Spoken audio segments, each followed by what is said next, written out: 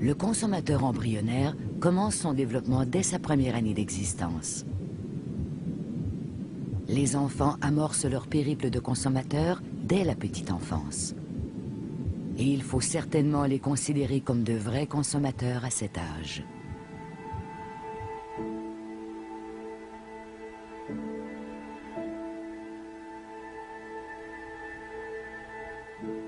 Depuis le baby-boom qui a fait suite à la Deuxième Guerre mondiale, jamais les Américains n'avaient vécu entourés d'un aussi grand nombre d'enfants. Il y a maintenant plus de 52 millions d'enfants de moins de 12 ans aux États-Unis. C'est la plus grande explosion de la population de jeunes depuis un demi-siècle. Et pour les entreprises américaines, ces enfants représentent la récompense ultime. Un groupe démographique inédit, important et fugace à conquérir à tout prix. Il n'y a aucun doute que les spécialistes du marketing visent les enfants à cause de leur pouvoir d'achat croissant. L'argent qu'ils dépensent pour acheter des vêtements, de la musique, des appareils électroniques totalise maintenant 40 milliards de dollars par année. Mais la principale raison de cet intérêt pour les enfants, c'est peut-être l'influence directe qu'ils ont sur les dépenses des adultes. La somme astronomique de 700 milliards de dollars par année, soit l'équivalent du PIB conjugué des 115 pays les plus pauvres du monde. Les spécialistes du marketing ont compris les gains qu'ils peuvent faire grâce à l'influence qu'ont les enfants sur les achats. Any questions? Jared, does he do any tricks? Does that work for you? Le pouvoir d'achat des enfants et leur influence sur les achats ont poussé les spécialistes du marketing et les publicitaires à adopter des stratégies beaucoup plus délibérées. Les enfants déterminent souvent le genre d'auto qu'on va acheter, le genre d'ordinateur, le contrat de téléphone cellulaire et même l'endroit où la famille ira en vacances. La plupart des parents et d'autres personnes ne voient pas à quel point les entreprises de marketing rendent la vie des parents misérable.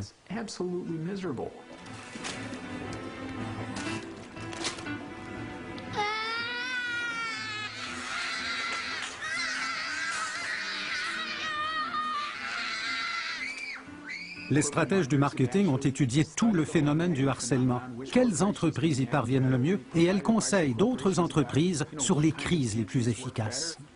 Les enfants répètent parfois « Est-ce que je peux ?» jusqu'à 9 fois.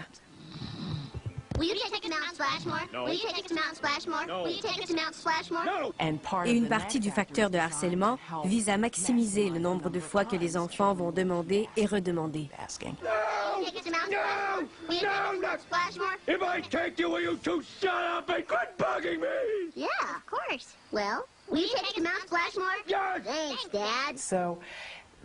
Ces enfants ont donc un pouvoir économique très important. Les publicitaires le savent et ils les ciblent comme jamais auparavant.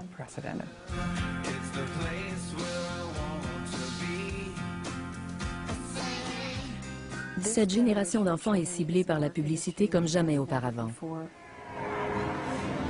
Les enfants sont soumis aux concessions de licences de marque, au placement de produits, à la publicité dans les écoles, à la publicité furtive et le marketing viral. Il y a les DVD, les jeux vidéo, l'Internet, les iPods, les téléphones cellulaires. Il y a tellement de façons de joindre les enfants qu'on leur met une marque devant le visage à tout moment de la journée. On assiste à une immersion commerciale tous azimuts qui tente de convaincre les enfants par tous les moyens possibles. Les enfants sont inondés. Ils sont submergés par ce blitz médiatique. Les enfants sont en mode multitâche avec les médias. Ils sont donc plus vulnérables. Ils sont bombardés de plus de 3000 messages publicitaires par jour. Ces gens tentent de convaincre nos enfants que la vie consiste à acheter, à acquérir.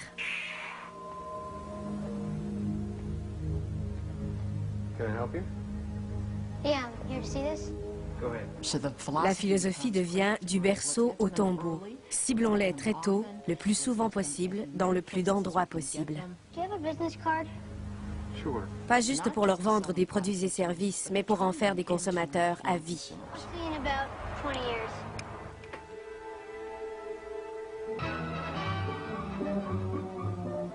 Bien que les adultes détiennent la majeure partie du pouvoir d'achat de toute collectivité, les enfants ont une influence certaine dans l'achat des biens de tous les jours. Les enfants participent depuis longtemps au marché de la consommation. Mais avant, la culture de consommation des enfants n'avait pas beaucoup de valeur. Même s'il est vrai qu'il y avait de la publicité destinée aux enfants dans les années 50, 60 et même 70, c'était très peu par rapport à aujourd'hui.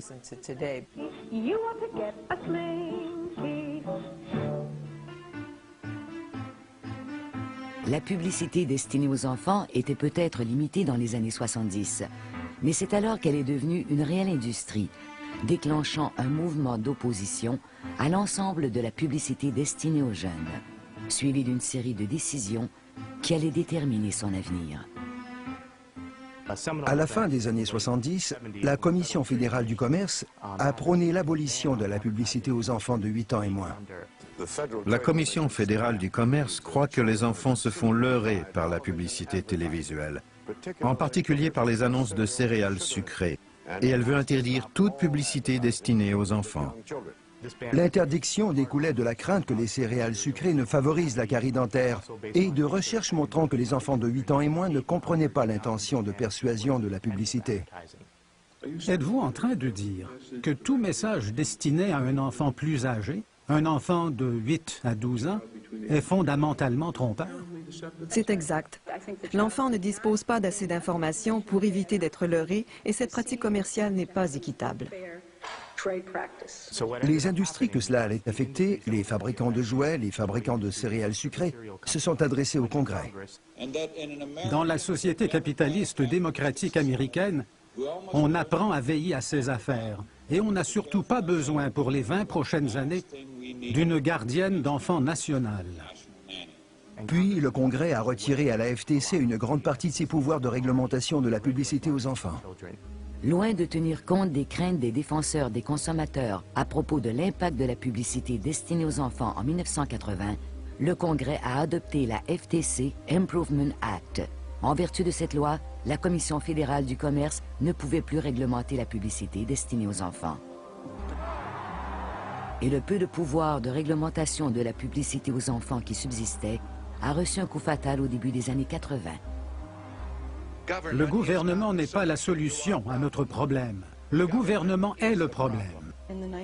Dans les années 1980, les États-Unis s'étaient entichés du marché et ils pensaient que le marché allait tout régler et qu'il fallait déréglementer l'industrie. Pour ceux qui possèdent des stations de télévision, j'ai une annonce à faire. Comme vous le savez, je n'ai jamais aimé la machine gouvernementale. Et on n'a pas à substituer le jugement des bureaucrates de Washington à celui des diffuseurs professionnels. En 1984, le gouvernement Reagan avait complètement déréglementé la télévision destinée aux enfants. Les entreprises ont compris que le Congrès ne ferait rien pour restreindre le marketing destiné aux enfants. Et plusieurs spécialistes ont découvert que les enfants représentaient un marché énorme. Pendant les 2 décennies qui ont précédé la déréglementation, les dépenses des enfants consommateurs augmentaient peu, de 4% par année environ. Depuis la déréglementation, elles augmentent de 35% par année.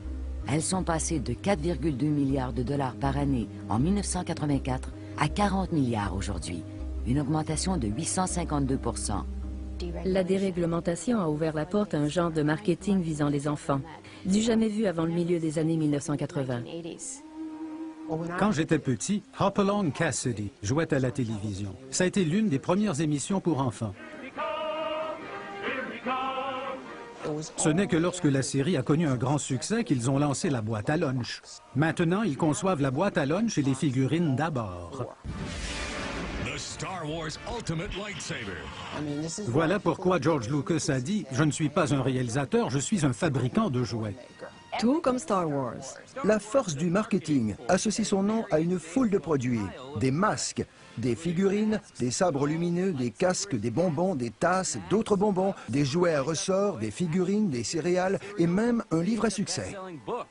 On se retrouve donc avec des promotions dans les restaurants de malbouffe, des photos des personnages du film sur des boîtes de céréales et des draps pour que les enfants s'endorment en pensant à ces images.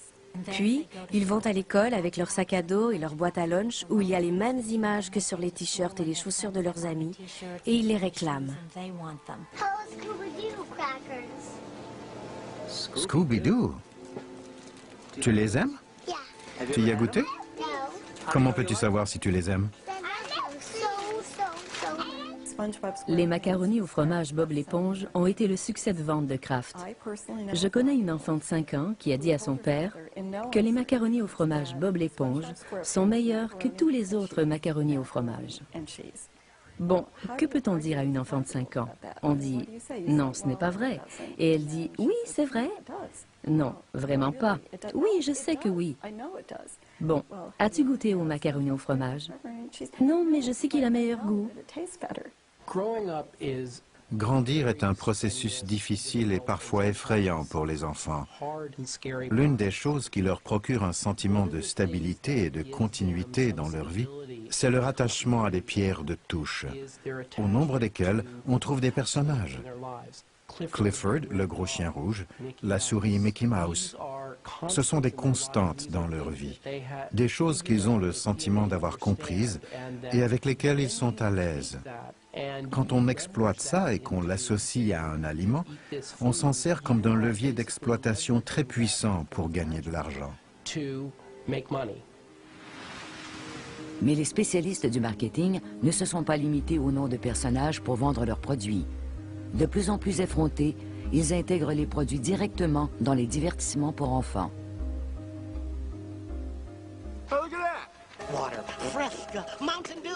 C'est de la publicité malhonnête, de la publicité déloyale. American Idol, une émission de télé très prisée par les 2 à 11 ans, est truffée de placements de produits Coca-Cola. Ça déjoue le sens critique des enfants et le message s'implante dans le cerveau quand ils portent moins attention. Voilà pourquoi les publicitaires adorent les jeux Internet. Elle peut marquer des buts avec Skittles, courir avec les Chips Ahoy ou sortir avec Bob l'éponge. Ce nouvel univers de la publicité dans le divertissement et du divertissement publicitaire semble ne connaître aucune frontière, surtout avec l'avènement des nouvelles technologies des médias. Les enfants qui ont un cellulaire sont maintenant une cible de choix des publicitaires. Chez les 8 à 12 ans, un enfant sur 4 a un cellulaire aux États-Unis. C'est 5 millions d'enfants et on prévoit que ce nombre va doubler dans 3 ans. Les cellulaires rendent les enfants plus vulnérables à la publicité. Ils ont la publicité littéralement en plein visage. Cela signifie que si votre enfant a un cellulaire relié à l'Internet, il est la cible de publicité de genre dont vous n'avez aucune idée. Il faut cesser de voir la publicité aux enfants comme de simples annonces. Avec plus de 40 millions d'enfants internautes par jour, il n'y a sans doute pas d'outil plus important que l'Internet pour les publicitaires. Et ils veillent à cibler les jeunes là où ils se rassemblent, là où des dizaines de millions d'écoliers se retrouvent pour échanger, jouer et regarder des vidéos, tout en étant submergés de publicité. L'une des raisons pour lesquelles les publicitaires convoitent ces sites, c'est qu'ils peuvent y obtenir des données personnelles des enfants. L'Internet permet le micro-ciblage.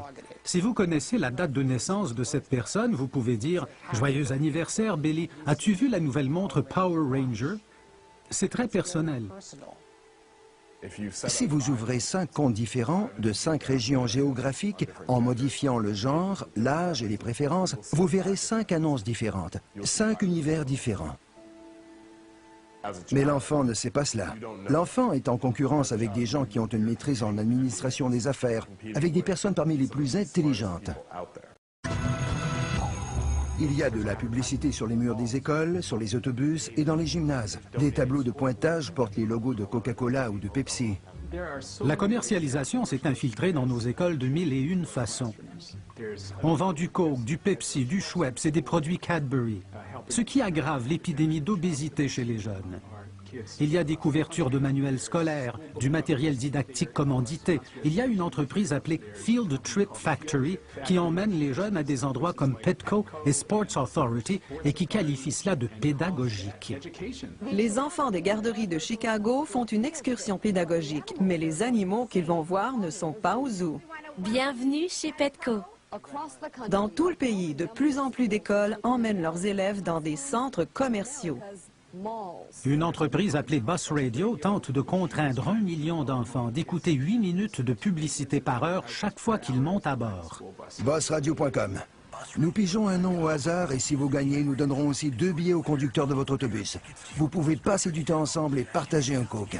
Envoyez-nous un courriel dès que vous arrivez à la maison.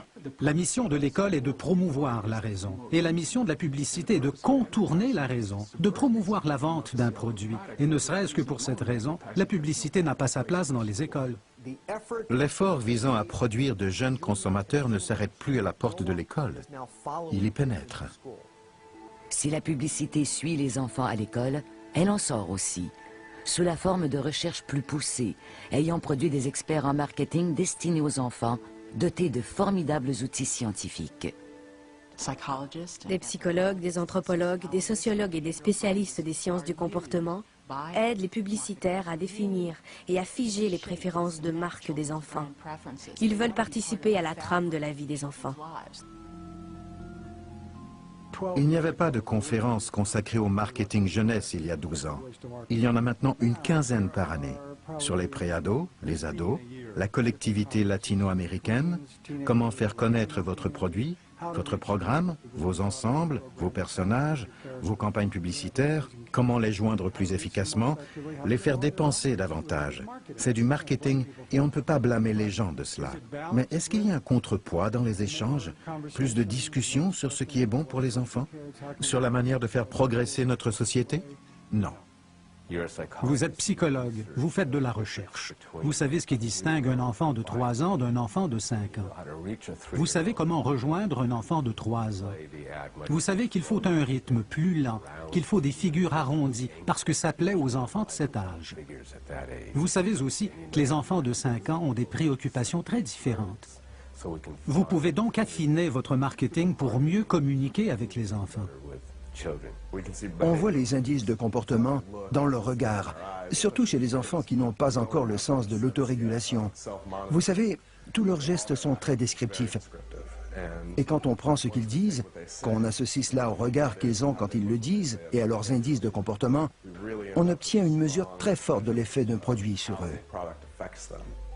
Un autre moyen est la recherche ethnographique, qui, soumise aux objectifs des publicitaires, est devenue une sorte de harcèlement scientifique. Ils vont dans les supermarchés avec eux et ils filment précisément comment ils regardent un produit, comment ils le prennent, le remettent en place, comment ils évoluent dans le supermarché. Ils les filment dans les terrains de jeu, à l'école, au petit déjeuner, quand ils ouvrent leur placard et ils choisissent les vêtements qu'ils vont porter. De quoi aurais-tu besoin de plus? Ils les filment en train de parler à leurs amis, ils organisent de petits cercles d'amis, ils filment ce qu'ils font. Ils suivent même les enfants dans les salles de bain. J'ai interviewé quelques personnes qui ont observé des enfants en train de prendre un bain ou une douche, d'interagir avec le shampoing, le savon et les produits de beauté. Ça donne la chair de poule. Cette manière dont les publicitaires dissèquent les enfants et les regardent au microscope. Cette nouvelle science de la consommation engendre une nouvelle science de l'enfance. Et il y a sans doute peu d'endroits où les divers éléments de cette science se fusionnent aussi bien qu'à la Girls Intelligence Agency. Le produit type de la GIA est ce qu'on appelle la pyjama party dans une boîte. On demande aux enfants de mousser un certain produit, ou on organise des fêtes où on demande aux enfants de dire ce qu'ils pensent des produits. What is the hottest item? The sleep mask, the fuzzy phone, or the beauty kits? Fuzzy phone. Ils leur demandent d'être sournoises, de leur fournir des renseignements sur leurs amis, à l'insu de leurs amis. Ils enseignent aux enfants comment exploiter leurs amis. C'est très répandu autour de nous et le public n'en est pas conscient, comme du neuromarketing d'ailleurs. C'est une nouvelle approche qui fait peur. On place un enfant dans un appareil d'IRM, on voit ce qui se passe dans son cerveau, d'après le stimulus, et puis on dit « Waouh, ça fonctionne, c'est bon, regardez ce qui se passe ». Ils font des tests de clignement des yeux, par exemple. Ils font des publicités et ils observent à quelle fréquence l'enfant cligne des yeux ou détourne le regard. Quand l'enfant cligne davantage les yeux, ils la modifient pour la rendre plus fascinante. Il y a des choses dont les enfants ne peuvent pas détourner le regard et ce n'est pas un hasard. On a fait toutes sortes de tests de haute technicité afin de trouver la configuration précise des personnages, des couleurs, de la musique, des mots et ainsi de suite, pour que ce soit irrésistible pour un enfant. Quelqu'un m'a demandé, « Lucy, est-ce que c'est conforme à l'éthique? Tu manipules ces enfants. » Est-ce éthique? Je ne sais pas. Mais notre rôle à Initiative est de mousser les produits. Et si on sait comment mousser un produit de manière créatrice, en recourant à un véhicule médiatique donné, alors on a fait notre travail. Ils sont les consommateurs de demain, les consommateurs adultes de demain. Parlons-leur maintenant, établissons une relation quand ils sont plus jeunes et nous les aurons en tant qu'adultes. Je l'affirme, ces publicitaires sont très similaires aux pédophiles. Ce sont des experts des enfants. Pour être pédophile ou publicitaire auprès des enfants, il faut connaître les enfants et ce qu'ils veulent. Les enfants adorent la publicité. C'est un cadeau, quelque chose qu'ils veulent. Il faut parler en passant du fait d'être là les premiers, de marquer les enfants et de les posséder de cette manière. Un comportement antisocial quand on recherche un produit est une bonne chose.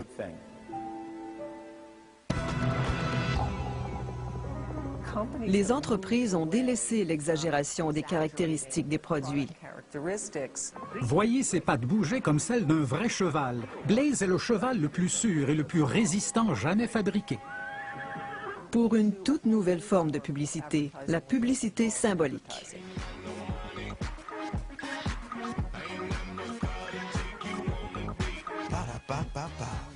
Le produit est vendu non pas en fonction de ce qu'il peut faire ou de sa saveur, mais pour sa signification sociale. On enseigne donc aux enfants à vouloir du bonbon, des céréales sucrées ou des boissons gazeuses parce que c'est cool. Ça les définit en tant qu'individus. Ce qu'ils achètent, c'est ce qu'ils sont. Il y a un mantra dans la société américaine. Vous êtes ce que vous avez. Vous êtes ce que vous achetez. Vous êtes ce que vous possédez. Et si vous ne l'avez pas, alors vous êtes inférieur. Vous n'êtes personne. Vous n'avez aucune estime de soi. Et cela se produit même chez les enfants. Il n'y a pas que les produits que l'on fait entrer dans l'imaginaire des enfants, mais les valeurs. Et la valeur première qu'on vend et qu'on revend aux enfants, c'est que la valeur de ces choses ou de ces marques va nous rendre heureux. Le coût de participation à la culture de consommation pour les enfants a cru de manière très importante. Il y a 15 ans, mon premier Sony, une sorte d'enregistreuse ou d'appareil de musique version pour enfants, se vendait bien moins cher que le modèle pour les adultes. Mais aujourd'hui, c'est un iPod.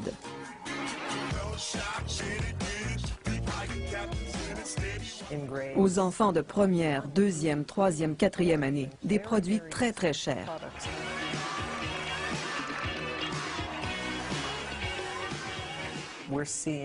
On voit des fillettes d'âge scolaire de 6-7 ans qui affichent une préférence inflexible pour les jeans haute couture qui se vendent 100-150 $. Ça s'inscrit dans un changement d'une culture pour enfants moins chère vers une culture plus huppée, dans laquelle il n'y a pas que la marque, mais aussi la griffe.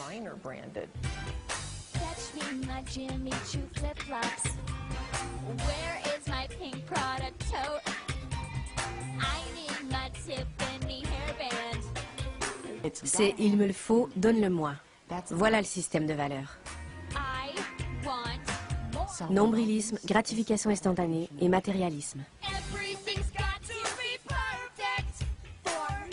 C'est l'identité de base du consommateur. C'est superficiel, c'est à propos de moi. À propos de moi maintenant et de moi et de ces choses. Voilà l'attitude. Tout est centré sur moi.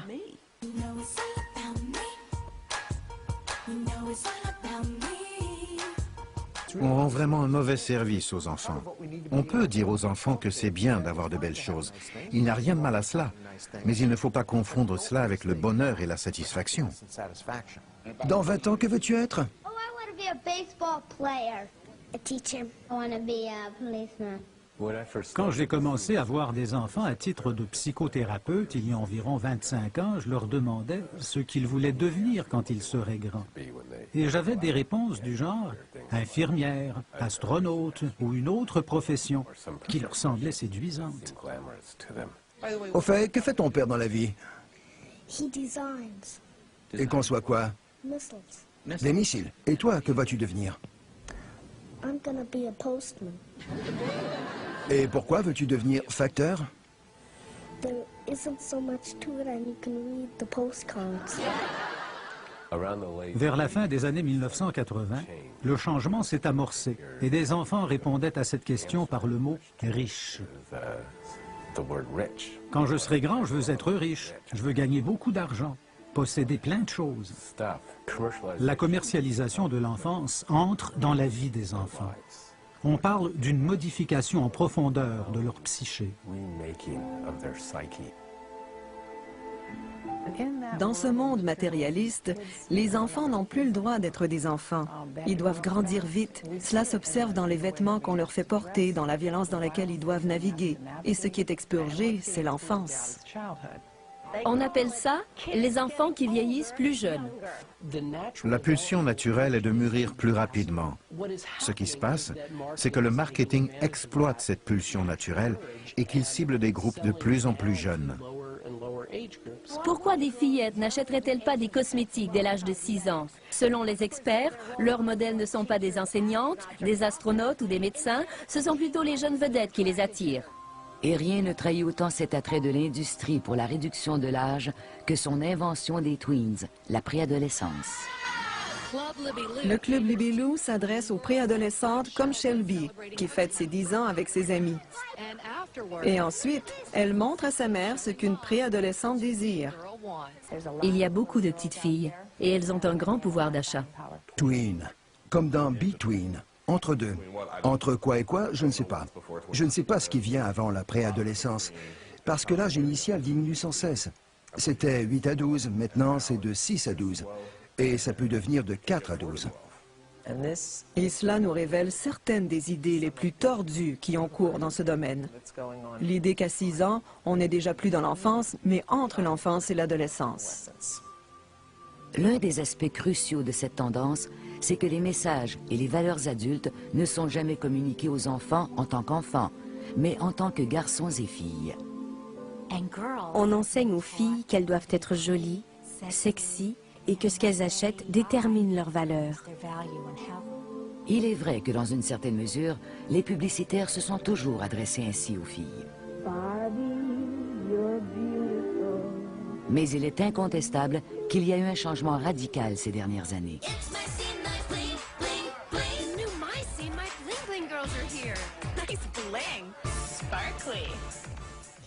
Je vais dans les centres préscolaires et je vois des fillettes de 4 ans qui portent ce que j'appelle des jupes Bratz, comme celles des poupées Bratz. Même si sur le plan cognitif, on accepte la camisole courte quand on a 7 ans, est-on assez mûr sur le plan émotif pour faire face à ce qui se passe en public quand les gens vous regardent comme si on est une petite Britney Spears? Et chez les garçons, on voit la même chose. Même si dans une certaine mesure, les publicitaires ont depuis longtemps des messages apparemment adultes, associant la virilité à l'agressivité et à la violence, les garçons d'aujourd'hui sont immergés dans un monde complètement différent.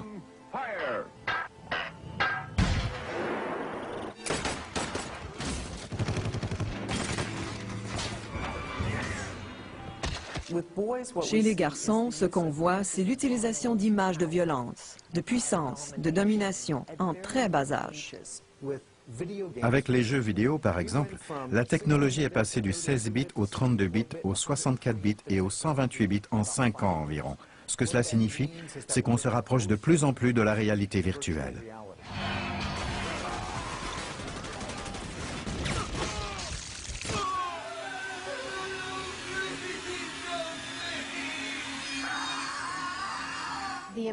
La quantité de violence, de divertissement à laquelle les enfants sont exposés est renversante. Le message qu'ils reçoivent, c'est que les conflits se règlent par la violence, qu'il faut se battre pour régler ces différends. Et que regarder la violence, c'est amusant. C'est divertissant.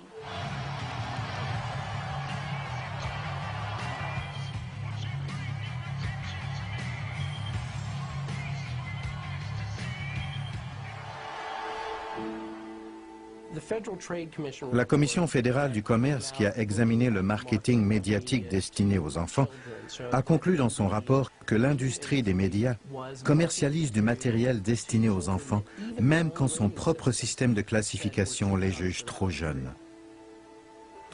Il est clair que par moment, durant la période couverte par le rapport de la FTC, la compétitivité l'a emporté sur le jugement et les normes appropriées. Ce sont donc les mêmes personnes qui fabriquent le produit destiné aux enfants qui vous disent ce qui leur convient. Et en une décennie, il y a eu un changement d'1 point de classification. Donc, un film qui était classé R serait maintenant classé 13 ans. Et un film de Hollywood qui était classé pour un auditoire plus âgé, par exemple surveillance parentale 13 ans, offre toute une gamme de jouets et de produits aux enfants de 3, 4 et 5 ans. L'industrie a accéléré sa tendance à s'adresser aux enfants de plus en plus jeunes. Résultat, une commercialisation imposante et en pleine croissance qui cible les bébés, presque dans l'utérus. Le spécialiste du marketing veut s'adresser à l'enfant au tout début pour commencer à façonner sa vision du monde, ses préférences de marque. Il veut dire à l'enfant ce dont il a besoin pour mener une vie qui a du sens. Et c'est là que nous intervenons. En tant que mère, cela nous revient à nous, non pas à eux.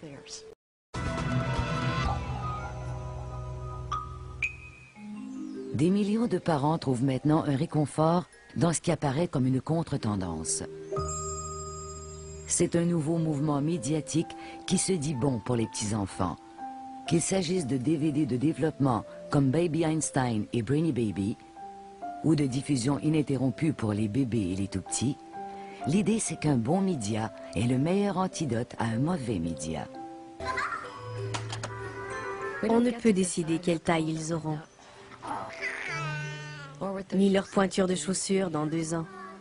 Mais qu'en est-il de leur imagination?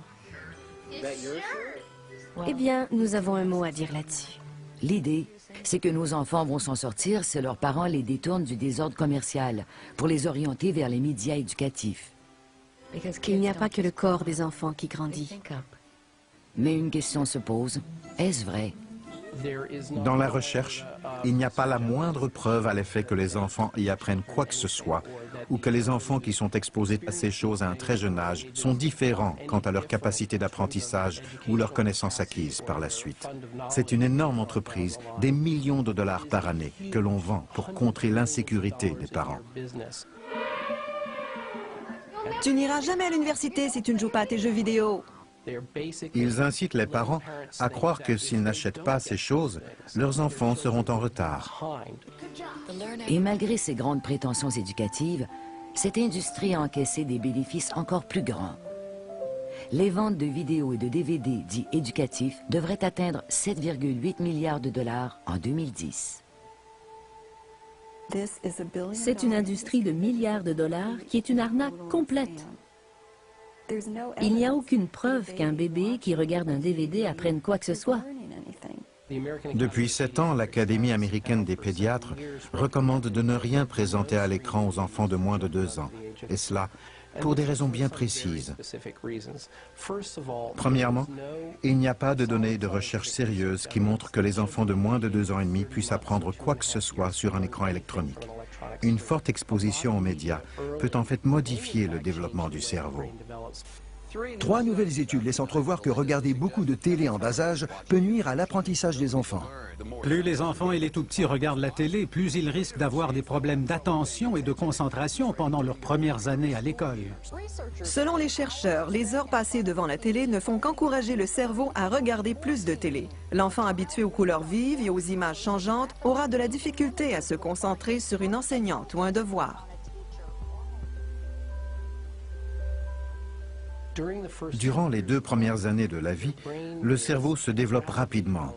Et ce qu'on sait du développement optimal du cerveau pendant ces 2 premières années critiques, c'est qu'il dépend des interactions face à face avec d'autres personnes, parents, frères et sœurs, d'autres enfants, et de la manipulation du milieu physique, comme le fait d'empiler des blocs ou de se mettre un Cheerio dans la bouche. Jouer de manière créative à résoudre des problèmes est bien supérieur au meilleur logiciel d'infodivertissement qui soit. Quelle est la chose la plus importante pour un enfant de 0 à 2 ans? C'est la dynamique sociale, le lien qui se forge, l'intimité qui s'établit entre la mère et l'enfant. Oubliez le reste. Cet élément est le fondement de confiance et de tout l'apprentissage plus poussé qui va suivre. Il faut que cela se fasse.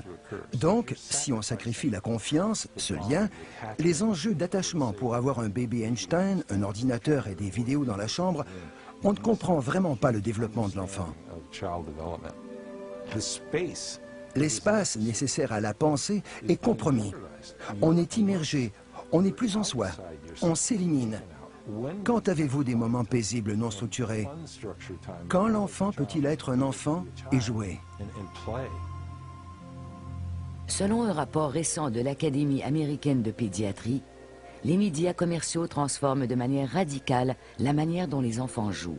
Les chercheurs ont trouvé que même si le jeu libre et non structuré est essentiel au bien-être cognitif, physique, social et émotionnel des enfants, le temps que les enfants de 6 à 8 ans consacrent aux jeux créatifs a diminué considérablement pendant la dernière décennie. Et chez les 9 à 12 ans, pendant la même période, le jeu créatif a décru de 94%. La chose qu'il importe de ne pas oublier au sujet du jeu créatif, c'est que c'est un des fondements de l'apprentissage et que cela donne un sens à la vie des enfants. Nous élevons une génération d'enfants qui n'auront jamais connu l'expérience de devoir s'amuser ou de se calmer.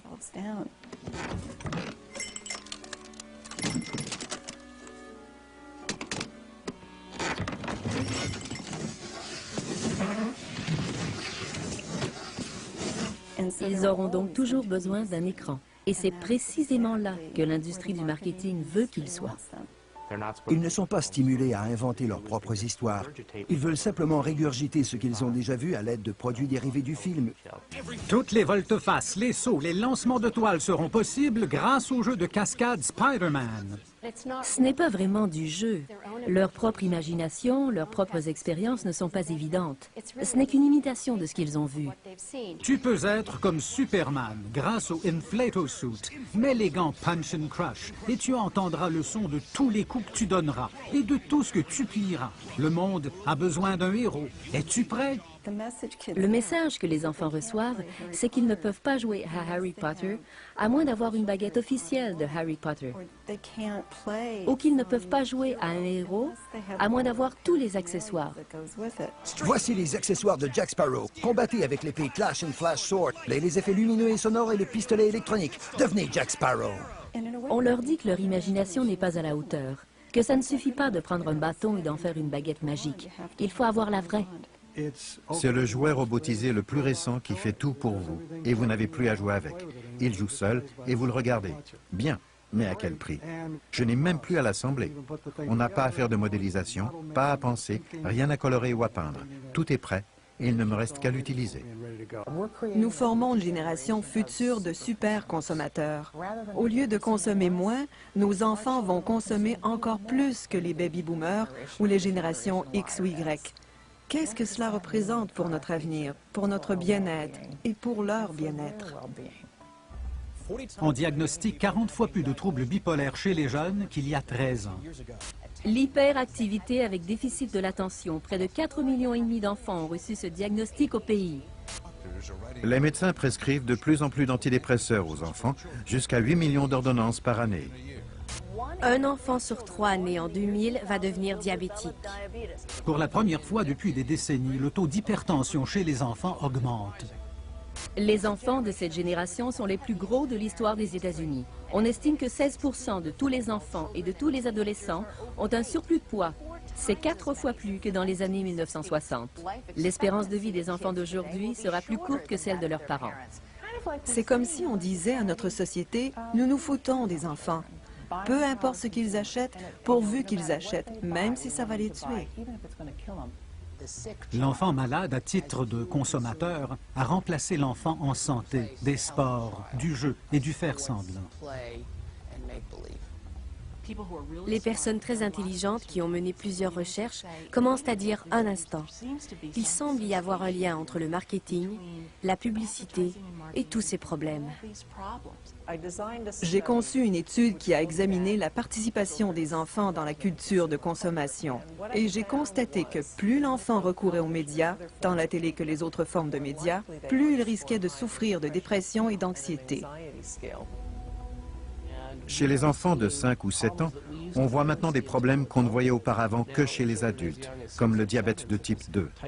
Le diabète est une maladie terrible pour toute la vie. On meurt jeune de manière misérable. C'est l'un des problèmes de santé publique les plus importants aux États-Unis, sinon le problème le plus important.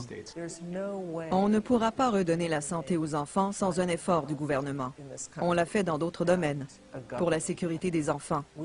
On a voté des lois sur le port du casque, le port des ceintures de sécurité, la vente du tabac aux enfants, mais on accepte de laisser les enfants aux mains de ces personnes qui ne cherchent qu'à faire des bénéfices sans se préoccuper des effets sur la santé et le bien-être. Le point de vue de l'industrie du marketing, c'est que tout repose sur les parents et qu'ils doivent être les seuls gardiens. Et les parents? Les parents ont la responsabilité de tout ce que fait l'enfant. N'est-ce pas la responsabilité des parents? N'est-ce pas aux parents de surveiller ce que leurs enfants mangent et ce qu'ils regardent? Le choix de ce qu'on va acheter et donner à manger aux enfants n'est-il pas celui des parents, en fin de compte? Des adultes responsables diront que bien sûr les parents ont cette responsabilité. Mais si les enfants ne sont pas avec leurs parents 24 heures sur 24, s'ils sont dans une école où il y a plein de publicité et de marketing, ou dans une garderie où il y a de la publicité, si quelqu'un les invite à une fête où on fait de la vente sournoise ou de la recherche de marketing, je pense que c'est beaucoup demander aux parents que d'assumer toute la responsabilité. Le rôle de la FTC et de la FCC est de protéger les enfants quand le marché ne les protège pas. Et nous vivons une situation où ces agences ne jouent pas le rôle qu'on leur a confié quand on a accordé les fréquences radio à l'entreprise privée. La situation est donc très déséquilibrée. Les États-Unis est le seul pays industrialisé du monde qui n'a pas de politique à ce sujet. J'ai consulté des gens en Irlande et dans les pays scandinaves. Ils ne permettent pas ce genre de publicité. Mais généralement, quand on débat de ce sujet, l'industrie fait valoir les droits du premier amendement de la Constitution. Je dis qu'ils ont le droit d'invoquer la Constitution, mais ils doivent aussi assumer la honte. Honte à eux. Il s'agit de notre avenir et ils savent que c'est mal. Il s'agit beaucoup plus que de la vente de produits et services. Si nous nous préoccupons de ce qui nourrit l'esprit humain, si nous tenons aux relations humaines, alors nous devons nous préoccuper de cet enjeu.